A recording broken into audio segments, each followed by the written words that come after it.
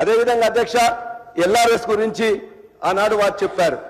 బట్టి గారు మాట్లాడుతూ ప్రజల రక్తాన్ని పీలుస్తున్నారు, ఎట్టి పరిస్థితుల్లో కట్టవద్దు, వీలైతే పెద్ద భయాందోళనకు గురి చేస్తుందని చెప్పేసి నేను వారి మాటల్లోనే చెప్తున్నాను. ఎందుకంటే నేను రికార్డు ఇప్పుడు నేను వేయడం అనేది మీరు పర్మిషన్ ఇస్తే రికార్డు కూడా ఇస్తాం. సీతక్క గారు కూడా చెప్పిండు, ఎల్ఆర్ఎస్ పేరుతో దాచుకోవడానికి ఇది ఒక నాటకం, ప్రజల దగ్గర చిల్లి గవ్వ లేకుండా చేయడానికి ఎల్ఆర్ఎస్ అనేది ఎవరు కట్టవద్దని చెప్పారు. కోమటిరెడ్డి వెంకటరెడ్డి గారు ఏం చెప్పారు, ఎల్ఆర్ఎస్ జోలికి పోతే బీఆర్ఎస్ ను బొంద పెడతారు, మొత్తం 3 లక్షల కోట్లు వస్తున్నది, రంగారెడ్డి జిల్లాలోనే 1,00,000 కోట్లు వస్తున్నది, యాదాద్రిలో 34,000 కోట్లు వస్తున్నది, కాబట్టి మీరు ఎవరు కట్టొద్దని చెప్పారు.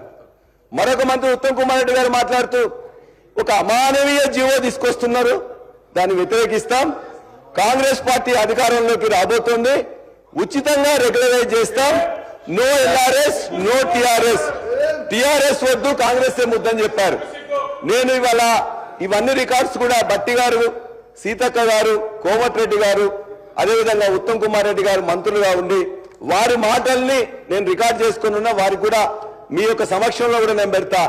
ఏదైతే ఎల్ఆర్ఎస్ ను ఆనాడు అమానవీయంగా చిత్రీకరించిందో ఇవాళ ఫ్రీగా చేస్తామని చెప్పిందో, దయచేసి వారు ఇచ్చిన మాటకు కట్టుబడి మరలా ఇవాళ 1,00,000 కోట్లు ఎక్కడి నుంచి వస్తున్నాయో వాళ్ళకి తెలుసు కాబట్టి 1,00,000 కోట్లు వస్తున్నాయా 1,000 కోట్లు వస్తున్నాయా తెలుసుకొని దయచేసి ఆ పేద ప్రజలకు మీరిచ్చిన హామీ ప్రకారం ఖచ్చితంగా చేయాలని మీ ద్వారా ప్రభుత్వాన్ని నేను కోరుతా ఉన్నా, ఉచితంగా చేయాలని చెప్పేసి కోరుతా ఉన్నాను.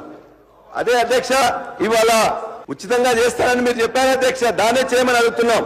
అధ్యక్ష గత సంవత్సరం 2014-15లో రిజిస్ట్రేషన్ మీద వచ్చిన ఆదాయం ఆనాడు 2,822 కోట్లుంటే మేము మీకు ప్రభుత్వం మీకు అప్పచెప్పినాడు 2023-24లో 14,588 కోట్లు.